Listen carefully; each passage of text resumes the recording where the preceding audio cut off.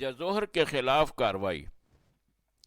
پھر اپنے والد کو ان حالات سے مطلع کیا اور باپ کو کہا کہ جزوہر بیضا کے مقام پر موجود ہے، آپ فوراً اس پر حملہ کر دیں۔ باپ نے ایسا ہی کیا، جزوہر کو قتل کر کے اس کے تاج پر قبضہ کر لیا اور پہاڑی علاقوں کے بادشاہ اردوان بہلوی کو خط لکھا اور خط میں بڑی لجاجت کے ساتھ اس سے درخواست کی کہ وہ جزوہر کا تاج اپنے بیٹے صابور کو پہنانے کی اجازت دے۔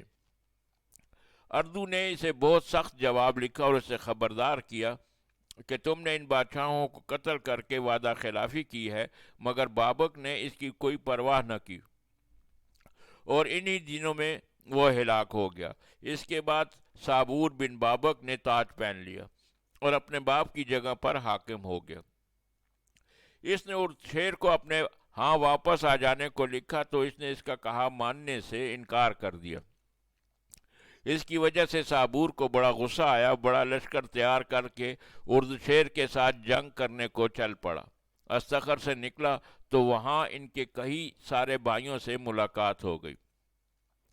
بعض بھائی صابور سے عمر میں بڑے تھے، ان سب نے اپنے اتفاق سے تاج اور شاہی تخت سامنے رکھ دیا، پھر سب نے مل کر وہ تاج اردشیر کے سپرد کر دیا۔ اس کی تاج پوشی ہوئی اور وہ شاہی تخت پر براجمان ہو گیا۔ اس نے بڑی ہمت اور کوشش سے اس معاملے کو نپٹایا اور قوم کی درجہ بندی کر کے ربرسام بن رحزر نامی ایک شخص کو اپنا وزیر بنا دیا۔ اسے خوب اختیارات دے کر معاملات اس کے سپرد کر دیے اور ناہر نامی ایک شخص کو موبز بنا دیا۔ اسے اپنے بھائی اور دیگر لوگوں سے اپنے بارے میں خطرہ محسوس ہوا تو اس نے ان میں بہت سارے لوگوں کو قتل کر دیا۔ پھر اسے اطلاع ملی کہ دارا بہرد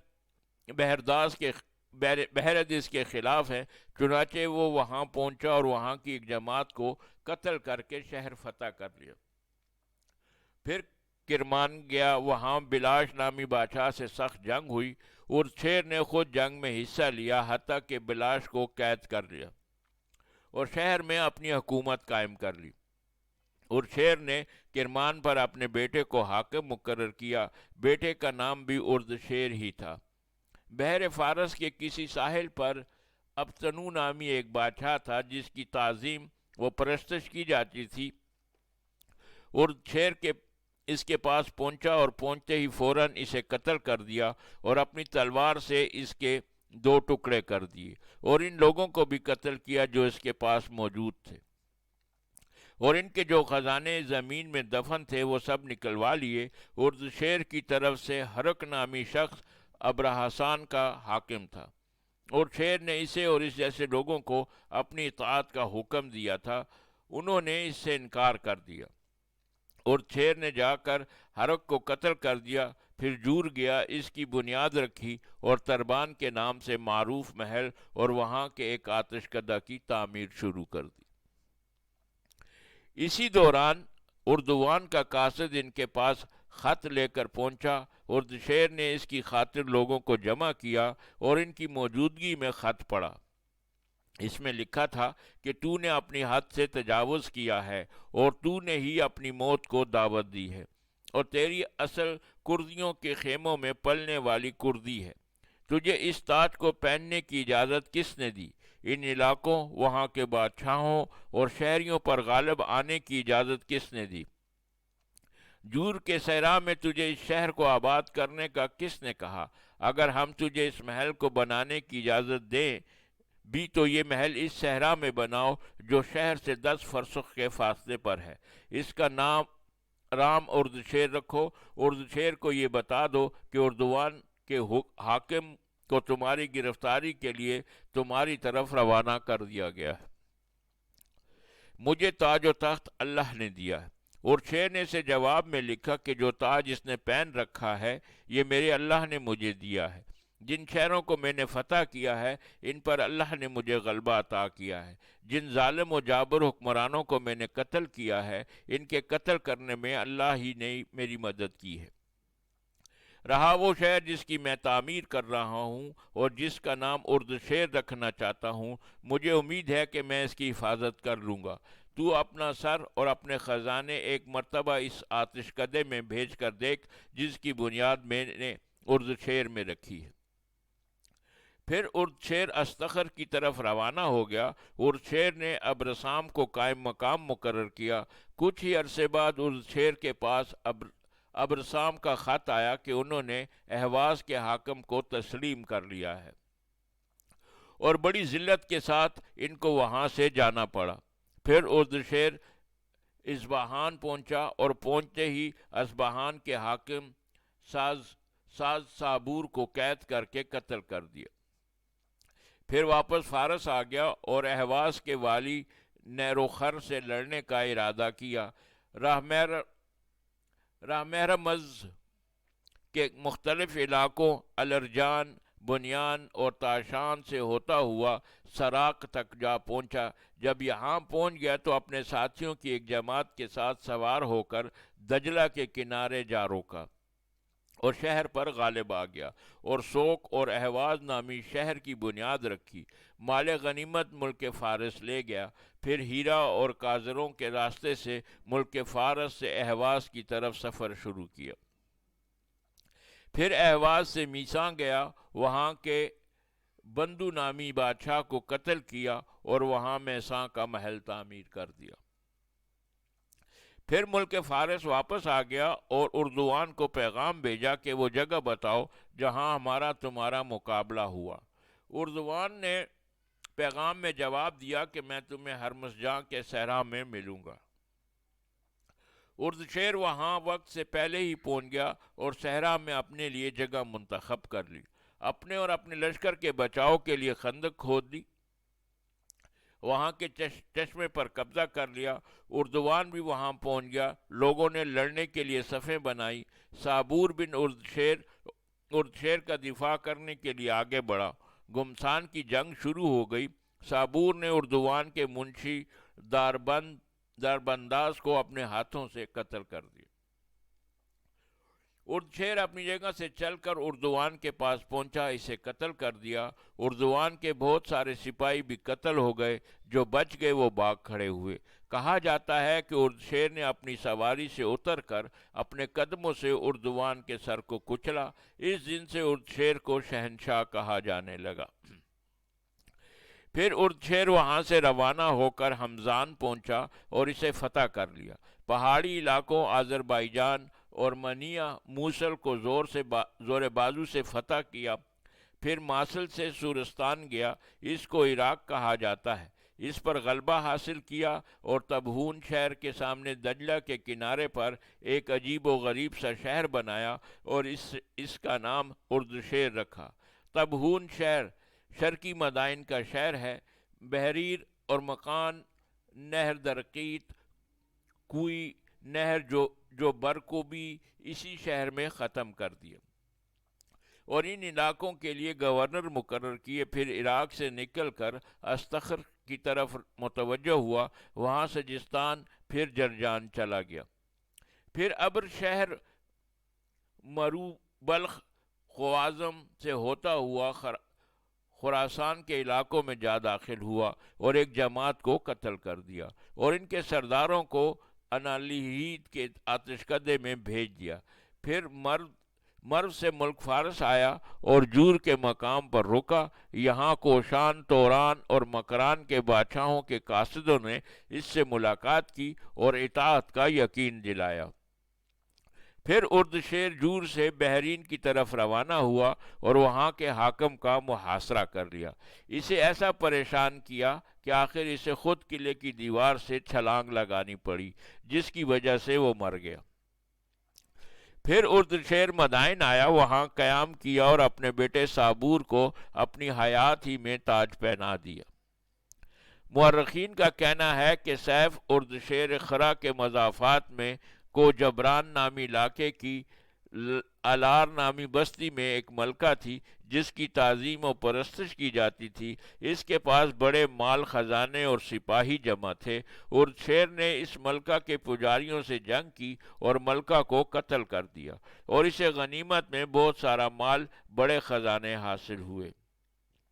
اور شیر کے بسائے ہوئے شہر، اور شیر نے 8 شہر آباد کیے، اور شیر خرا کے پاس جور نامی شہر، رام ارد شیر نامی شہر، ریوار نامی شہر، اہواز میں ہرمز نامی شہر، سو کے اہواز بھی یہی ہے، عراق میں با ارد شیر، اور یہ مدائن کی غربی جانب ہے۔ استاباز ارد شیر، کرچ میسان اسی کو کہا جاتا ہے۔ بیرین میں میش فیزیاز ارد شیر، یہی مدینۃ الخط ہے۔ موصل میں بوزا ارد شیر ہے، یہی فضا ہے۔ مورخین نے ذکر کیا ہے کہ جب اردو شیر غالب آیا تو انہیں اپنی اطاعت کی دعوت دی۔ جب اس کا دور مکمل ہونے لگا تو اس نے اپنا ولی عہد مقرر کر لیا۔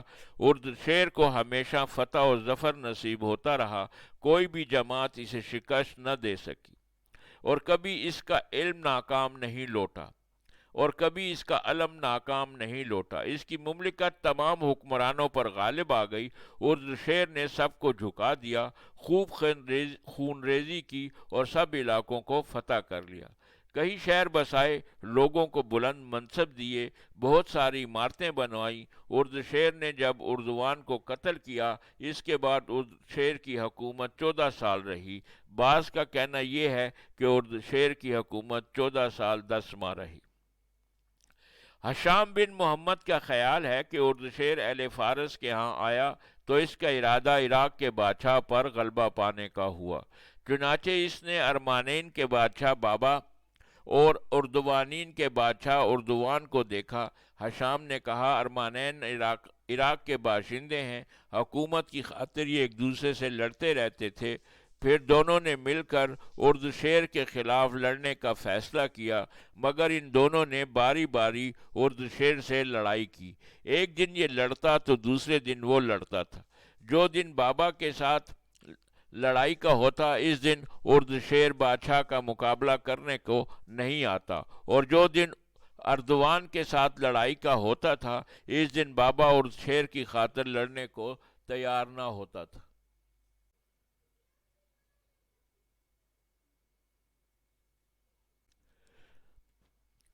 جب اردشیر نے یہ صورتحال دیکھی تو اردشیر نے بابا کے ساتھ اس شرط پر صلح کر لی کہ بابا اردشیر کے خلاف جنگ نہیں کرے گا، اور اردشیر اور اردوان کو آپس میں لڑنے کی کھلی چھٹی دے دی، اور اردشیر بھی بابا کو اس کے علاقوں اور ان کے علاقوں میں جو کچھ ہے کسی کو نقصان نہیں پہنچائے گا۔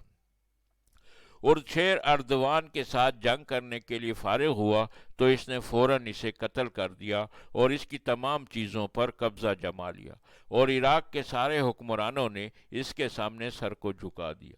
جنہوں نے نہ مانی، ان کو بزور بازو مغلوب کر دیا، حتیٰ کہ مخالفین کو بھی اپنی رائے کے موافق بنا لیا۔ جب اردشیر عراق کی سلطنت پر غالب آ گیا تو منوح قبیلہ کے بہت سارے لوگوں نے اس کی مملکت میں رہنا گوارا نہ کیا، چنانچہ قبیلہ قزح کے وہ لوگ جو فہم کے 2 بیٹوں مالک اور عمرو کے ساتھ آئے تھے وہاں سے چلے گئے۔ مالک بن ظہیر وغیرہ بھی وہاں سے روانہ ہو گئے۔ ملک شام میں قبیلہ قزح کے لوگ جو پہلے سے رہ رہے تھے، یہ بھی وہیں جا کر آباد ہو گئے۔ عرب کے کچھ لوگوں نے نیا طرز زندگی اپنانا شروع کر دیا، جس سے وہاں ان کا رہنا دشوار ہو گیا، چنانچہ وہ عراق کے سرسبز علاقوں کی طرف منتقل ہونے لگے، اور وہ سرسبز علاقوں میں 3/3 ہو کر رہنے لگے۔ 1/3 کو تنوح کہتے تھے، جو کہ دریائے فرات کے غربی جانب ہیرا، انبار اور ان کے آگے خیمے بنا کر رہنے لگے۔ دوسری تہائی آباد تھے، اور یہ لوگ ہیرا میں مکان تعمیر کر کے رہنے لگے۔ تیسری تہائی اقلاف تھے، جو اہل ہیرا کے ساتھ شامل ہو گئے تھے۔ ان کا تعلق نہ تو تنوع یعنی خیموں والوں سے تھا، اور نہ ہی ان آباد سے تھا جنہوں نے اردو شیر کی اطاعت کی تھی۔ ہیرا اور انبار دونوں علاقوں کا بنیاد بخت نصر بادشاہ کے زمانے میں رکھی گئی تھی۔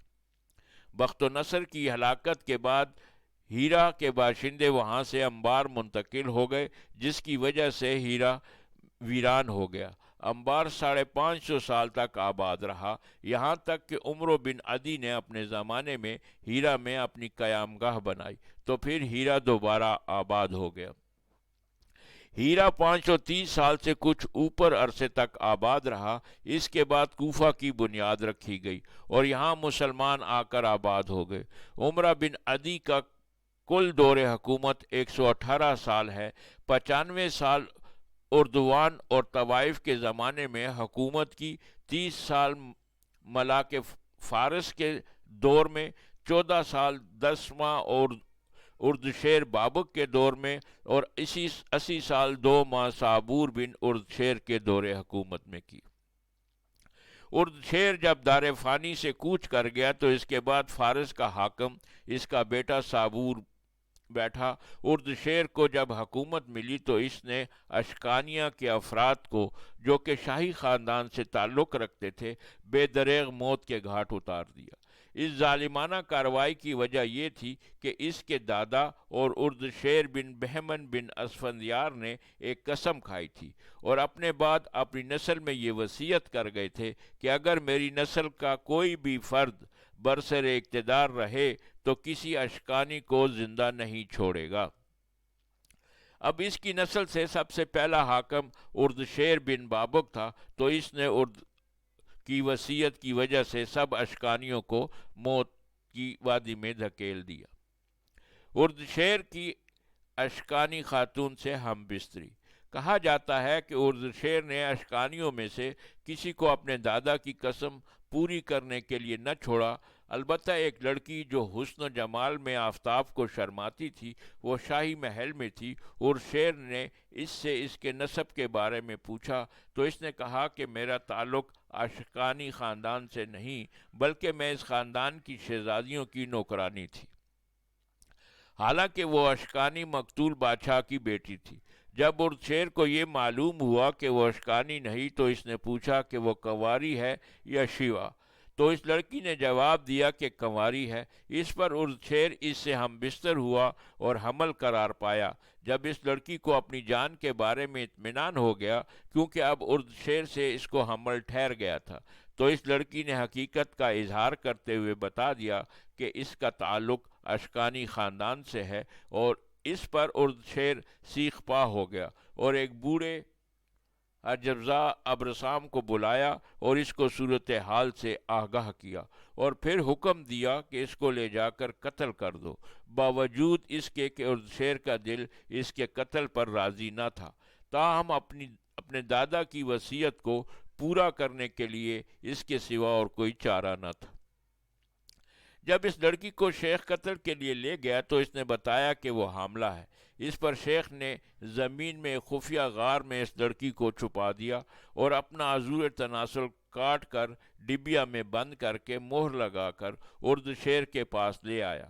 بادشاہ نے صورتحال پوچھی تو اس نے واقعہ بتا دیا، اور پھر وہ ڈبیا میں سے اس نے اپنے اعضائے تناسل کاٹ کر بند کیے تھے وہ اردشیر کو پیش کی کہ وہ اس پر مہر لگائے اور کسی خزانے میں رکھ دے۔ چنانچہ اردشیر نے ایسا ہی کیا۔ وہ لڑکی شیخ کی تحویل میں رہی یہاں تک کہ اس کے بچے کی ولادت ہوئی۔ اب شیخ نے اس کو بادشاہ کا لڑکا کہنے سے گریز کیا اور بادشاہ کو بھی اطلاع دینا مناسب نہ سمجھا، جب تک کہ وہ بالغ نہ ہو اور ادب نہ سیکھ لے۔ شیخ نے بچے کی ولادت کے وقت علم نجوم کے حوالے سے اس کی سعادت کا پتہ لگایا تو برج تالے نکلنے کی وجہ سے اسے یقین ہو گیا کہ یہ بادشاہ بنے گا، تو اس نے اس بچے کا ایسا نام رکھا جو نام اور صفت دونوں جہتیں رکھتا ہو، اور اگر بادشاہ کو اس کا علم ہو تو اس کی قبولیت ہو۔ چنانچہ اس نے بچے کا نام شابور رکھا۔ عربی میں اس کا معنی بادشاہ کا بیٹا ہے، اور یہ پہلا لڑکا ہے جس کا یہ نام رکھا گیا۔ عربی میں اس کو صابور الجنود بن اردشیر کے نام سے یاد کیا جاتا ہے۔ بعض لوگوں نے کہا ہے کہ اس کا نام شابور کی بجائے اشابور رکھا گیا، اس سے مراد وہ رشک ہے جس کی نسل سے اس کی ماں تھی۔ کافی عرصہ گزر گیا کہ اردشیر کے ہاں اولاد نہ ہوئی، تو ایک دن شیخ اس کے پاس گیا اور اردشیر کو غمگین پا کر اس سے پوچھا کہ بادشاہ سلامت کس وجہ سے غمگین ہے؟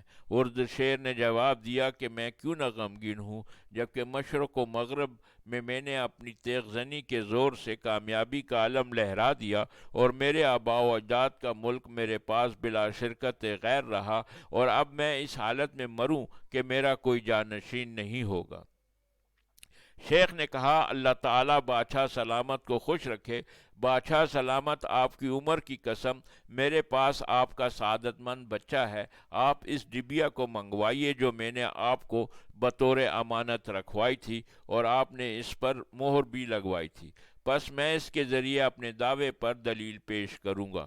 بوڑھے کی بات سننے کے بعد اردشیر نے وہ ڈبیا منگوائی اور اپنی مہر کو دیکھ کر اس کو چاک کیا، اور ڈبیا کھولی تو اس میں شیخ کے اعضائے مستورہ اور ایک خط پایا، جس کا مضمون یہ تھا کہ جب ہم نے جان لیا کہ شک کی اس لڑکی کو لوجس کو حمل ٹھہرا تھا، اس لڑکی کو جس کو حمل ٹھہرا تھا، بادشاہ سلامت اردشیر نے ہمیں اس کے قتل کا حکم دیا، تو ہم نے بادشاہ کے پاکیزہ بیج کو ہلاک کرنا حلال نہ سمجھا، لہٰذا ہم نے اس کو زمین کے اندر بطور حفاظت کے رکھ دیا، اور کسی تانا زن کے تانا سے بچنے کے لیے ہم نے اپنی بارات کا یہ سامان کیا کہ اپنے اعضائے تناسل کاٹ کر ڈبیا میں بند کر کے خزانہ میں رکھوا دیے، پھر بادشاہ کے بیج کی حفاظت میں اپنی کوشش صرف کی، یہاں تک کہ وہ برابر ہو گیا فلاں دن فلاں وقت۔ اس خط کے بعد اردشیر نے حکم دیا کہ بچوں کے جلوے میں، اور بعض روایتوں میں 1000 بچوں کے ساتھ جو شکل و قامت میں برابر ہوں، بادشاہ کے پاس حاضر کیے جائیں، اس لحاظ سے کہ ان کے لباس و قد و قامت و ادب میں کوئی فرق نہ ہو۔ شیخ نے حکم کی تعمیل کی۔ جب اردشیر نے ان بچوں کی طرف دیکھا تو بلا کسی اشارے کے خود ہی اس کا نفس اس کے پیچھے مائل ہوا، جو در حقیقت اسی کا بچہ تھا۔ پھر اردشیر نے حکم دیا اور وہ سب بچے ایوان شاہی کی طرف لے جائے گئے، اور ان سب بچوں کو مٹھدار ڈنڈے پکڑا دیے گئے اور کھیلنے لگے۔ اردشیر ایوان شاہی میں اپنے تخت پر بیٹھا تھا اور سارا منظر دیکھ رہا تھا۔ اس کھیل کے دوران گیند اس ایوان میں چلا گیا جہاں بادشاہ بیٹھا تھا اور سارا منظر دیکھ رہا تھا، تو سب بچے گیند لانے میں ہچکچائے، لیکن صابور بلا تعمل داخل ہوا اور گیند لے آیا۔ اس ایوان میں داخلے کی جرت کی وجہ سے اردشیر کو یقین ہو گیا کہ وہ اسی کا بیٹا ہے۔ پھر اردشیر نے فارسی میں اس سے کہا کہ تیرا نام کیا ہے؟ بچے نے جواب دیا شابور۔ اردشیر نے کہا شابور جب یہ بات یقینی ہو گئی کہ وہ اردشیر کا بیٹا ہے تو اردشیر کے بعد تاج پوشی بھی اسی کو کی گئی۔ صابور قبل اس کے کہ بادشاہ بنے، اہل فارس نے اس کو علم و عقل و فضل کی سخت گیری، فصاحت لسانی، رعایا کے ساتھ نرمی کے اعتبار سے آزمایا۔ جب شاہی تاج اس کو پہنایا گیا تو شرفاء اس کے پاس آئے اور اس کے حق میں طویل عمر کی دعا کی اور اس کے والد کے خصائل بیان کیے۔ صابور نے ان کو بتایا کہ میری طرف سے تم پر احسانات کی بارش کسی اور اچھائی کی وجہ سے نہیں، بلکہ میرے والد کی تعریف اس کا اصل سبب ہے۔ پھر ان لوگوں کے ساتھ اچھائی کا وعدہ کیا۔ صابور کے حکم کے مطابق اس کے خزانے کو اشراف، اہل لشکر اور عادت مندوں میں تقسیم کر دیا گیا، اور اپنے گورنروں کو بھی اس نے خط لکھ بھیجا جو ملک کے مختلف صوبوں میں تھے کہ ان کے جو اموال ہوں وہ بھی تقسیم کر دیں۔ اس سخاوت کی وجہ سے اس کے احسانات اور فضل ہر جگہ اور ہر آدمی، گھٹیا اور دولت مند، سب پر برسنے لگے اور اس کی معیشت بلند ہوئی۔ اس کے بعد صابور نے اچھے گورنروں کا انتخاب کیا اور رعایا کی بلائی پر خوب توجہ دی۔ ان اوصاف کی بدولت صابور کی فضیلت اور شہرت دور دور تک پہنچ گئی اور وہ تمام بادشاہوں میں احسانات سے بڑھ گیا۔ کہا جاتا ہے کہ صابور اپنی حکومت کے 11 سال گزرنے کے بعد نکسبین شہر سے روانہ ہوا۔ اس شہر میں روم کا لشکر تھا۔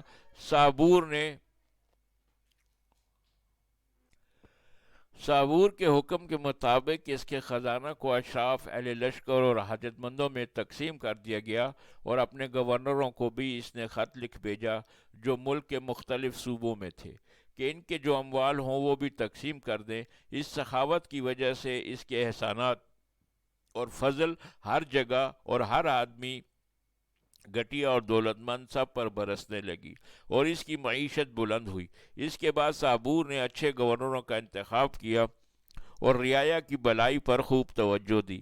ان اوصاف کی بدولت صابور کی فضیلت اور شہرت دور دور تک پہنچ گئی، اور وہ تمام بادشاہوں میں احسانات سے بڑھ گیا۔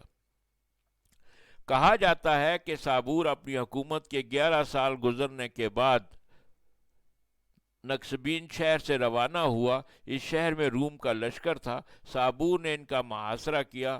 پھر خراسان کے کسی واقعے کی اطلاع صابور کو پہنچی جس کے سدباب کے لیے صابور کا حاضر ہونا ضروری تھا، تو وہ اس طرف متوجہ ہوا، یہاں تک کہ خراسانی معاملے کو درست کر دیا۔ پھر وہ دوبارہ نکسبین واپس آیا۔ لوگوں کا خیال یہ ہے کہ نکسبین کی شہر پناہ ٹوٹی اور اس میں تھوڑا سا شگاف پڑ گیا، جس سے صابور اس شہر میں داخل ہو گیا اور لڑنے والوں کو قتل کر ڈالا، اور کچھ قید کیے اور کیسر کا پورا خزانہ لوٹ لیا۔ پھر شام اور دیگر رومی شہروں کی طرف بڑھتا چلا گیا اور اس کے بہت سے شہر فتح کر لیے۔